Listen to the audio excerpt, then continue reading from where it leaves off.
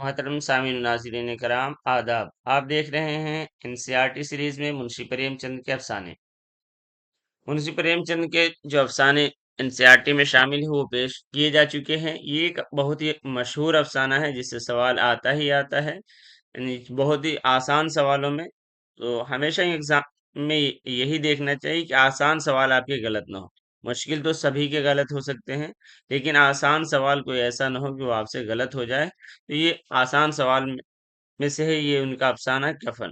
تو آئیے اس کا خلاصہ دیکھتے ہیں۔ آپ اسے ضرور دیکھیے، اور اگر اس کا مکمل افسانہ اس کے بعد پیش کیا جائے گا، آپ چاہیں تو اسے بھی دیکھ سکتے ہیں، ویسے اس سے بھی آپ کو اتنا بھی کافی ہوگا۔ اور آپ سے کچھ زیادہ مطالبہ نہیں ہے، جو بھی ان کے ضرورت مند ہے ان تک یہ ویڈیو پہنچائیے، اور لائک وغیرہ تو آپ کرتے ہی ہیں۔ چلیے آئیے دیکھتے ہیں خلاصہ۔ کفن منشی پریم چند کا یہ افسانہ ہے۔ غربت، بے حسی اور سماجی منافقت کا ایک تجزیہ اس میں پیش کیا ہے منشی پریم چند نے۔ غربت، بے حسی اور سماجی منافقت۔ پریم چند کا شاہکار ایک تلخ حقیقت ہے۔ کیا ہے؟ شدید غربت، اخلاقی زوال اور سماجی منافقت، اس کو انہوں نے پیش کیا ہے۔ سماج کے سب سے نچلے طبقے کی وہ بھوک جو انسانیت کو نگل لیتی ہے۔ اخلاقی زوال، بقا کی زندگی میں رشتوں، ہمدردی اور احساس زیاں کا مکمل خاتمہ ہو جاتا ہے۔ وہ معاشرہ جو زندگی میں تن ڈھانپنے کو چیتھڑا نہیں دیتا، مگر موت پر نیا کفن مانگتا ہے اور فراہم کرتا ہے۔ اس کے کردار یہ ہیں، 3 کردار ہے۔ گھیسو باپ ہے، مادھو بیٹا، اور اس کی بیوی بدھیا یہ بہو ہے۔ بے حسی کا خاکہ، 60 سالہ کاہل شخص جس نے اپنی سستی کو ایک فلسفہ بنا لیا ہے، جذبات سے مکمل طور پر عاری، ایک دن کام کرتا تو 3 دن آرام۔ اس کا بیٹا سستی اور کاہلی میں اپنے باپ کا جانشین، انتہائی خودغرض اور بے حس، گھنٹے بھر کام کرتا تو گھنٹے بھر چلم پیتا۔ اس کی بیوی خاموش، مظلوم، جس نے آ کر گھر میں تمدن کی بنیاد ڈالی اور ان کا دوزخ بھرتی رہی، اور اب وہ درد ذہ میں جاں بلب ہے۔ یہ کردار ہیں 3، بس کردار ہی پوچھتے ہیں، تو اب باقی کہانی دیکھ لیجئے۔ کہانی کچھ یوں شروع ہوتے ہیں کہ باہر بیٹھے الاؤ کے پاس آلو بھون کر کھا رہے ہیں، اور اندر بدھیا درد ذہ سے کراہ رہی ہے۔ فاصلہ اور بے حسی، اندرونی مقابلہ بیرونی۔ من دلخراش صدائیں سناٹے کو چیر رہی ہیں، موت کی کشمکش میں لگی ہوئی ہے۔ ادھر گھیسو اور مادھو الاؤ کے گرد بیٹھے چوری کے آلو بھون رہے ہیں، موت کا انتظار تاکہ سکون سے سو سکیں۔ مادھو کہتا ہے، مرنا ہی ہے تو جلدی مر کیوں نہیں جاتی؟ دیکھ کر کیا آؤں؟ تو جو ہے گھیسو جب کہتا ہے مادھو اپنے بیٹے کو کہ جا کے دیکھ کے آؤ، یہ کہتا ہے آپ ہی جا کے دیکھ کے آئیے۔ حالانکہ پھر گھیسو کہتا ہے کہ وہ تو میری بہو ہے، اسے دیکھوں گا تو اسے شرم آئے گی اس حالت میں۔ باقی یہ باتیں کرتا ہے، اور اس پہ مادھو یہ کہتا ہے، مرنا ہی ہے تو جلدی مر کیوں نہیں جاتی؟ دیکھ کر کیا عذر تراشی کیوں کی جاتی ہے؟ سو سے کا نفسیاتی خاکہ، اندر جا کر اس کی مدد کیوں نہیں کرتے؟ بچے گی نہیں، سارا دن تڑپتے ہو گیا، قسمت کا بہانہ کیا؟ اصل میں جھوٹا خوف کیا ہے؟ مجھے وہاں ڈر لگتا ہے، ہاتھ پاؤں پٹکنا نہیں دیکھا جاتا۔ اصل وجہ، اگر ایک اندر گیا تو دوسرا آلووں کا بڑا حصہ کھا جائے گا۔ بھوک نے انسانی ہمدردی کو شکست دے دی۔ اب اس کے کھاتے ہوئے بھیسو کو اس کے پرانی دعوت یاد آتی ہے جس کا وہ ذکر کرتا ہے، ماضی کا سراب بمقابلہ حال کی بھوک، حال کا الاؤ، چوری کے کچے پکے آلو، زبان اور حلق جل رہے ہیں، مگر بھوک اتنی شدید ہے کہ آنسو کے باوجود نگل رہے ہیں۔ اس انگارے کو منہ میں رکھنے سے زیادہ خیریت اسی میں تھی کہ وہ اندر پہنچ جائے۔ ماضی کا جو بھوج یاد 20 سال قبل ٹھاکر کی بارات تھی، اصلی گھی کی پوڑیاں، کچوڑیاں، مٹھائیاں، بھوک سے نجات کا واحد اور آخری تجربہ تھا اس کا، جو اس سے پہلے اس نے سیر بھر کے کھایا تھا۔ اگلی صبح یہ لوگ سو جاتے ہیں، اور اگلی صبح کیا ہوتا ہے؟ ماتم۔ بدھیا کی موت، آنکھیں پتھرا چکی ہیں، جسم خاک میں لت پت ہے، اور پیٹ میں بچہ مر چکا ہے۔ اب اس کو یہ دیکھ کر زور زور سے ہائے ہائے کرتے ہیں، چھاتی پیٹتے ہیں۔ غم کا یہ مظاہرہ دیکھ کر پڑوسی اور گاؤں والوں کو یہ سنانا چاہتے ہیں، اور سن کر پھر وہ لوگ آتے ہیں۔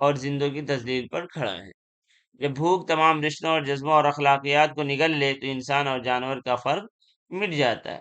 کفن دراصل اس معاشرے کی مردہ ضمیری پر ڈالا گیا ہے۔ یہاں پہ یہ خلاصہ ختم ہوتا ہے۔ آئیے اب افسانہ دیکھتے ہیں۔ افسانہ کفن۔ جھوپڑی کے دروازے پر باپ اور بیٹا دونوں ایک بجھے ہوئے الاؤ کے سامنے خاموش بیٹھے ہوئے تھے، اور اندر بیٹے کی نوجوان بیوی بدھیا درد ذہ سے پچھاڑے کھا رہی تھی، اور رہ رہ کر اس کے منہ سے دلخراش صدا نکالتی تھی کہ دونوں کلیجہ تھام لیے تھے۔ جاڑوں کی رات تھی، فضا سناٹے میں غرق، سارا گاؤں تاریکی میں جذب ہو گیا تھا۔ گیسو نے کہا، معلوم ہوتا ہے اب بچے گی نہیں، سارا دن تڑپتے ہو گیا، جا دیکھ تو آ۔ مادھو دردناک لہجے میں بولا، مرنا ہے تو جلدی مر کیوں نہیں جاتی؟ دیکھ کر کیا آؤں؟ تو بڑا بے درد ہے بے، سال بھر جس کے ساتھ زندگانی کا سکھ بھوگا اسی کے ساتھ اتنی بے وفائی۔ تو مجھ سے تو اس کا تڑپنا اور ہاتھ پاؤں پٹکنا نہیں دیکھا جاتا۔ چماروں کا کنبا تھا اور سارے گاؤں میں بدنام۔ گھیسو ایک دن کام کرتا تو 3 دن آرام۔ مادھو اتنا کامزور تھا کہ گھنٹے بھر کام کرتا تو گھنٹے بھر چلم پیتا، اس لیے اسے کوئی رکھتا ہی نہیں تھا۔ گھر میں مٹھی بھر اناج بھی موجود ہو تو ان کے لیے کام کرنے کی قسم تھی۔ جب دو ایک فاقے ہو جاتے تو گھیسو درختوں پر چڑھ کر لکڑی توڑ لاتا اور مادھو بازار سے بیچ لاتا، اور جب تک 2 پیسے رہتے دونوں ادھر ادھر مارے مارے پھرتے۔ جب فاقے کی نوبت آ جاتی تو پھر لکڑیاں توڑتے یا کوئی مزدوری تلاش کرتے۔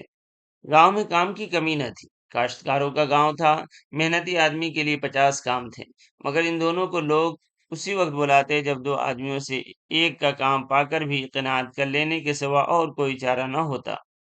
کاش دونوں سادھو ہوتے تو انہیں قناعت اور توکل کے لیے ضبط نفس کی مطلق ضرورت نہ ہوتی۔ یہ ان کی خلقی صفت تھی۔ عجیب زندگی تھی ان کی۔ گھر میں مٹی کے 2 4 برتنوں کے سوا کوئی اثاثہ نہیں، پھٹے چیتھڑوں سے اپنی اوریانی کو ڈھانکے ہوئے دنیا کی فکروں سے آزاد۔ قرض سے لدے ہوئے، گالیاں بھی کھاتے مار بھی کھاتے، مگر کوئی غم نہیں۔ مسکین اتنے کہ وصولی کی مطلق امید نہ ہونے پر لوگ انہیں کچھ نہ کچھ قرض دے دیتے تھے۔ مٹر یا آلو کی فصل میں کھیتوں سے مٹر یا آلو اکھاڑ لاتے اور بھون بھون کر کھاتے، یا 10 5 اونٹ توڑ لاتے اور رات کو چوستے۔ گھیسو نے اسی زاہدانہ انداز میں 60 سال کی عمر کاٹ دی، اور مادھو بھی سعادت مند بیٹے کی طرح باپ کے نقش قدم پر چل رہا تھا، بلکہ اس کا نام اور بھی روشن کر رہا تھا۔ اس وقت بھی دونوں الاؤ کے سامنے بیٹھے ہوئے آلو بھون رہے تھے جو کسی کے کھیت سے کھود لائے تھے۔ گھیسو کی بیوی کا تو مدت ہوئی انتقال ہو گیا۔ مادھو کی شادی پچھلے سال ہوئی تھی۔ جب سے یہ عورت آئی تھی اس نے اس خاندان میں تمدن کی بنیاد ڈالی تھی۔ پسائی کر کے گھاس چھیل کر وہ سیر بھر آٹے کا انتظام کر لیتی تھی، اور ان دونوں بے غیرتوں کا دوزخ بھرتی رہتی تھی۔ جب سے وہ آئی یہ دونوں اور بھی آرام طلب اور آلسی ہو گئے تھے، بلکہ کچھ اکڑنے بھی لگے تھے۔ کوئی کام کرنے کو بلاتا تو بے نیازی کی شان میں 2 گنی مزدوری مانگتے۔ وہی عورت آج صبح سے درد ذہ میں مر رہی تھی، اور یہ دونوں شاید اسی انتظار میں تھے کہ وہ مر جائے تو آرام سے سوئیں۔ گیسو نے آلو نکال کر چھیلتے ہوئے کہا، جا کر دیکھ تو کیا حالت ہے اس کی، چڑیل کا فساد ہوگا اور کیا۔ ہاں تو اوجھا بھی 1 روپیہ مانگتا ہے، کس کے گھر سے آئے؟ مادھو کو اندیشہ تھا کہ وہ کوٹری میں گیا تو گھیسو آلو کا بڑا حصہ صاف کر دے گا۔ مجھے وہاں ڈر لگتا ہے۔ ڈر کس بات کا؟ میں تو یہاں ہوں ہی، تو تم ہی جا کر دیکھو نا۔ میری عورت جب مری تھی تو میں 3 دن تک اس کے پاس سے ہلا بھی نہیں، اور پھر مجھ سے لجائے گی کہ نہیں؟ کبھی اس کا منہ نہیں دیکھا، آج اس کا اگڑا ہوا بدن دیکھوں، اسے تن کی سدھ بھی تو نہ ہوگی۔ مجھے دیکھ لے گی تو کھل کر ہاتھ پاؤں بھی نہ پٹک سکے گی۔ میں سوچتا ہوں کہ کوئی بال بچہ ہو گیا تو کیا ہوگا۔ سونٹ گڑ تیل کچھ بھی تو نہیں ہے گھر میں، سب کچھ آ جائے گا۔ بھگوان بچہ دیں تو جو لوگ ابھی 1 پیسہ نہیں دے رہے ہیں وہی تب بلا کر دیں گے۔ میرے 9 لڑکے ہوئے، گھر میں کچھ بھی نہ تھا، مگر اس طرح ہر بار کام چل گیا۔ جس سماج میں رات دن محنت کرنے والوں کی حالت ان کی حالت سے کچھ بہت اچھی نہ تھی، اور کسانوں کے مقابلے میں وہ لوگ جو کسانوں کی کمزوریوں سے فائدہ اٹھانا جانتے تھے، کہیں زیادہ فارغ الحال تھے۔ وہاں اس قسم کی ذہنیت کا پیدا ہو جانا کوئی تعجب کی بات نہیں تھی۔ ہم تو کہیں گے کہ گھیسو کسانوں کے مقابلے میں زیادہ باریک بین تھا اور کسانوں کے دماغ جمعیت میں شامل ہونے کے بدلے شاطروں کی فتنہ پرداز جماعت میں شامل ہو گیا تھا۔ ہاں، اس میں یہ صلاحیت نہ تھی کہ شاطروں کے آئین و آداب کی پابندی بھی کرتا، اس لیے جہاں اس کی جماعت کے اور لوگ گاؤں کے سرگنا اور مکھیا بنے ہوئے تھے، اس پر سارا گاؤں گشت نمائی کر رہا تھا۔ پھر بھی اسے یہ تسکین تو تھی ہی کہ اگر وہ خستہ حال ہے تو کم سے کم اسے کسانوں کی سی جگر توڑ محنت تو نہیں کرنی پڑتی، اور اس کی سادگی اور بے زبانی سے دوسرے بے جا فائدہ تو نہیں اٹھاتے۔ کل سے کچھ بھی نہیں کھایا تھا، اتنا صبر نہ تھا کہ انہیں ٹھنڈا ہو جانے دیں۔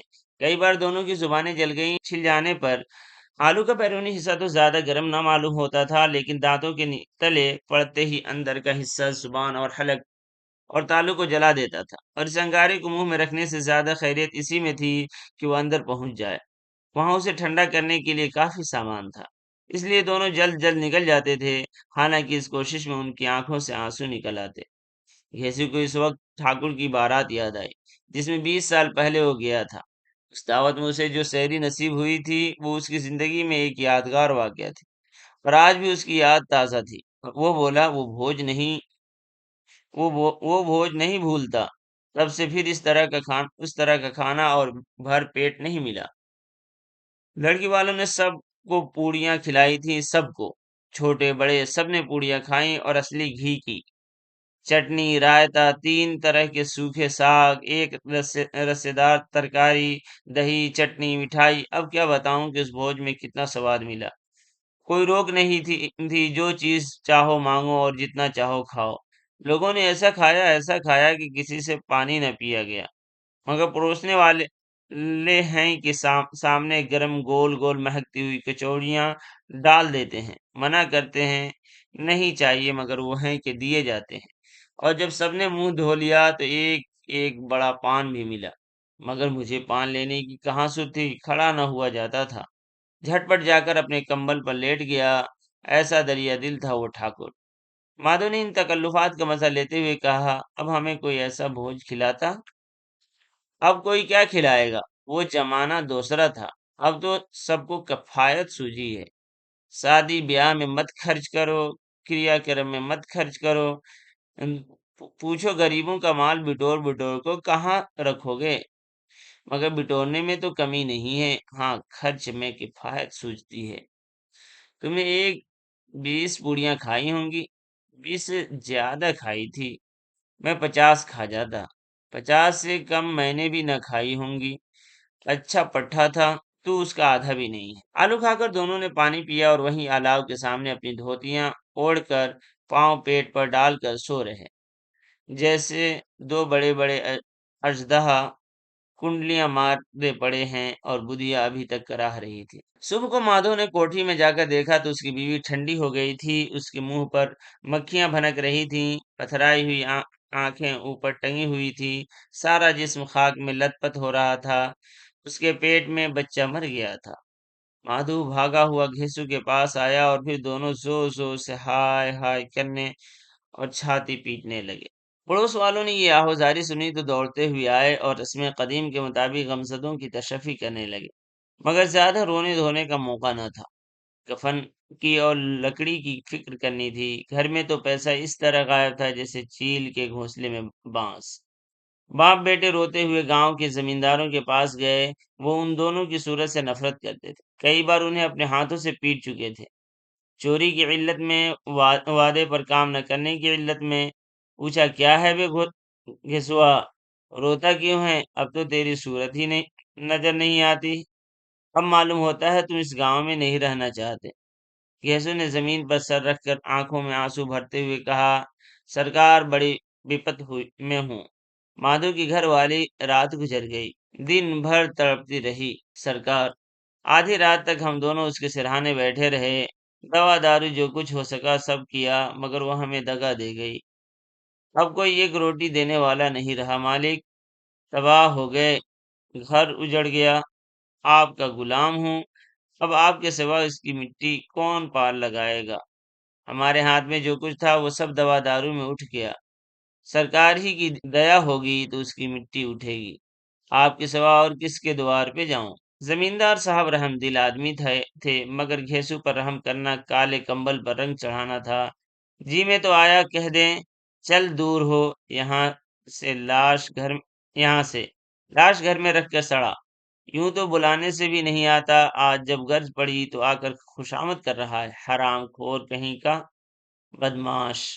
مگر یہ غصہ یا انتقام کا موقع نہیں تھا، تون ہو کر ہم 2 روپے نکال کر پھینک دیے، مگر تشفی کا ایک کلمہ بھی منہ سے نہ نکالا، اس کی طرف تاکا تک نہیں، گویا سر کا بوجھ اتارا ہو۔ جب زمیندار صاحب نے 2 روپے دیے تو گاؤں کے بنیے مہاجنوں کو انکار کی ضرورت کیوں کر ہوتی؟ گھیسو زمیندار کے نام کا ڈنڈورا پیٹنا جانتا تھا۔ کسی نے 2 آنے دیے، کسی نے 4 آنے، 1 گھنٹے میں گھیسو کے پاس 5 روپے کی معقول رقم جمع ہو گئی۔ کسی نے غلہ دے دیا، کسی نے لکڑی، اور دوپہر کو گھیسو اور مادو بازار سے کفن لانے چلے اور لوگ بانس وانس کاٹنے لگے۔ گاؤں کی رقیق القلب اور عورتیں آ کر لاش کو دیکھتی تھیں اور اس کی بے بسی پر 2 بوند آنسو گرا کر چلی جاتی تھی۔ بازار میں پہنچ کے گھیسو بولا، لکڑی تو اس سے جلانے بھر کی مل گئی ہے، کیوں مادھو؟ مادھو بولا، ہاں لکڑی تو بہت ہے، اب کفن چاہیے، تو کوئی ہلکا سا کفن لے لیں۔ ہاں اور کیا، لاش اٹھتے اٹھتے رات ہو جائے گی، رات کو کفن کون دیکھتا ہے؟ ایسا برا رواج ہے کہ جسے جیتے جی تن ڈھانکنے کو چیتھڑا نہ ملے، اسے مرنے پر نیا کفن چاہیے۔ کفن لاش کے ساتھ جل ہی تو جاتا ہے، اور کیا رکھا رہتا ہے؟ یہی 5 روپے پہلے ملتے تو کچھ دوا دارو کرتے۔ دونوں ایک دوسرے کے دل کا ماجرا معنوی طور پر سمجھ رہے تھے۔ بازار میں ادھر ادھر گھومتے رہے، یہاں تک کہ شام ہو گئی۔ دونوں اتفاق سے یا عمدن ایک شراب خانے کے سامنے آ پہنچے اور گویا کسی طے شدہ فیصلے کے مطابق اندر گئے۔ وہاں ذرا دیر تک دونوں تذبذب کی حالت میں کھڑے رہے، پھر گیسو نے ایک بوتل شراب لی، کچھ گزک لی اور دونوں برآمدے میں بیٹھ کر پینے لگے۔ کئی کجیاں پینے کے بعد دونوں سرور میں آ گئے۔ گھیسو بولا، کفن لگانے سے کیا ملتا؟ آخر جل ہی تو جاتا، کچھ بہو کے ساتھ تو نہ جاتا؟ مادھو آسمان کی طرف دیکھ کر بولا، گویا فرشتوں کو اپنی معصومیت کا یقین دلا رہا۔ دنیا کا دستور ہے، یہی لوگ برہمنوں کو ہزاروں روپے کیوں دیتے ہیں؟ کون دیکھتا ہے پرلوک میں ملتا ہے یا نہیں؟ بڑے آدمیوں کے پاس دھن ہے، پھونکیں، ہمارے پاس پھونکنے کو کیا ہے؟ لیکن لوگوں کو کیا جواب دو گے؟ لوگ پوچھیں گے کہ کفن کہاں ہے؟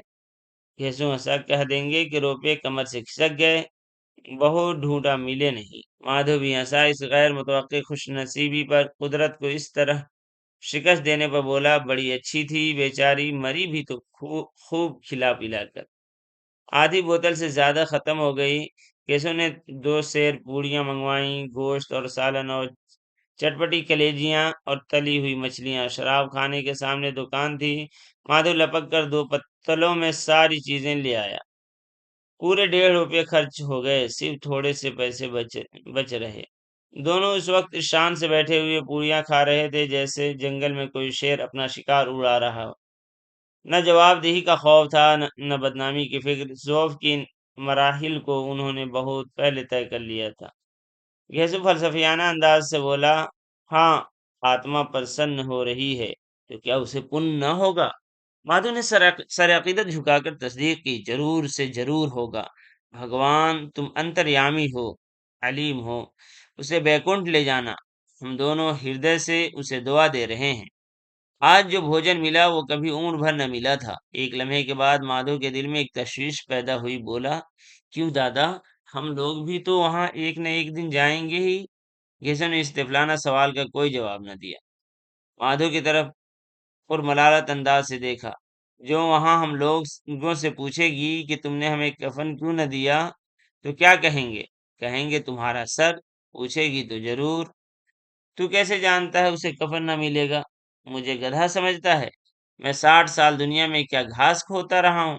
اس کو کفن ملے گا اور اس سے بھی بہت اچھا ملے گا جو ہم دیتے۔ مادھو کی یقین نہ آیا، بولا، کون دے گا؟ روپے تو تم نے چٹ کر دیے۔ گھیسو تیز ہو گیا، میں کہتا ہوں اسے کفن ملے گا، تو مانتا کیوں نہیں؟ کون دے گا بتاتے کیوں نہیں؟ وہی لوگ دیں گے جنہوں نے اب کی دیا۔ ہاں وہ روپے ہمارے ہاتھ نہ آئیں گے، اور اگر کسی طرح آ جائیں تو پھر ہم اسی طرح بیٹھے پیئیں گے اور کفن تیسری بار ملے گا۔ جو اندھیرا بڑھتا تھا اور ستاروں کی چمک تیز ہوتی تھی، میں خانے کی رونق بھی بڑھتی جاتی تھی۔ کوئی گاتا تھا، کوئی بہکتا تھا، کوئی اپنے رفیق کے گلے لپٹا جاتا تھا، کوئی اپنے دوست کے منہ سے ساگر لگا دیتا تھا۔ وہاں کی فضا میں سرور تھا، ہوا میں نشہ، کتنے تو چلوں میں ہی الو ہو جاتے ہیں۔ یہاں آتے تھے تو صرف خود فراموشی کا مزہ لینے کے لیے۔ شراب سے زیادہ یہاں کی ہوا سے مسرور ہوتے تھے۔ جیست کی بلا یہاں کھینچ لاتی تھی اور کچھ دیر کے لیے وہ بھول جاتے تھے کہ وہ زندہ ہیں یا مردہ ہیں یا زندہ درگور ہیں۔ اور یہ دونوں باپ بیٹے اب بھی مزے لے کر چسکیاں لے رہے تھے۔ سب کی نگاہیں ان کی طرف جمی ہوئی تھی۔ کتنے خوش نصیب ہیں دونوں۔ پوری بوتل بیچ میں ہے۔ کھانے سے فارغ ہو کر مادھو نے بچی ہوئی پوڑیوں کا پتل اٹھا کر ایک بھکاری کو دے دیا جو کھڑا ان کی طرف گرسنا نگاہوں سے دیکھ رہا تھا، اور دینے کے بعد غرور اور مسرت اور ولولہ کا اپنی زندگی میں پہلی بار احساس کیا۔ گھیسو نے کہا، لے جا، خوب کھا اور آشیرواد دے۔ جس کی کمائی تھی وہ تو مر گئی، مگر تیرا آشیرواد اسے ضرور پہنچے گا۔ روئیں روئیں سے آشیرواد دے، بڑی گاڑی کمائی کے پیسے ہیں۔ مادھو نے پھر آسمان کی طرف دیکھ کر کہا، وہ بیکنٹھ میں جائے گی، دادا بیکنٹھ کی رانی بنے گی۔ گھیسو کھڑا ہو گیا اور جیسے جیسے مسرت کی لہروں میں تیرتا ہوا بولا، ہاں بیٹا، بیکنٹھ میں نہ جائے گی تو کیا یہ موٹے موٹے لوگ جائیں گے جو غریبوں کو دونوں ہاتھ سے لوٹتے ہیں اور اپنے پاپ کے دھونے کے لیے گنگا میں جاتے ہیں اور مندروں میں جل چڑھاتے ہیں۔ یہ خوش اعتقادی کا رنگ بھی بدلا، تلون نشہ کی خصوصیت ہے۔ یاس اور غم کا دورہ ہوا۔ مادھو بولا، مگر دادا بیچاری نے زندگی میں بڑا دکھ ہوگا، مری بھی کتنا دکھ جھیل کر۔ وہ اپنی آنکھوں پر ہاتھ رکھ کر رونے لگا۔ گھیسو نے سمجھایا، کیوں روتا ہے بیٹا؟ خوش ہو کہ وہ مایا جال سے مکت ہو گئی، جنجال سے چھوٹ گئی۔ بڑی بھگوان تھی جو اتنی جلد مایا کے موہ کے بندھن توڑ دیے۔ اور دونوں وہیں کھڑے ہو کر گانے لگے، ٹھگنی کیوں نینا جھمکاوے ٹھگنی۔ سارا میخانہ محو تماشا تھا اور یہ دونوں مہکش مخمور محویت کے عالم میں گائے جاتے تھے۔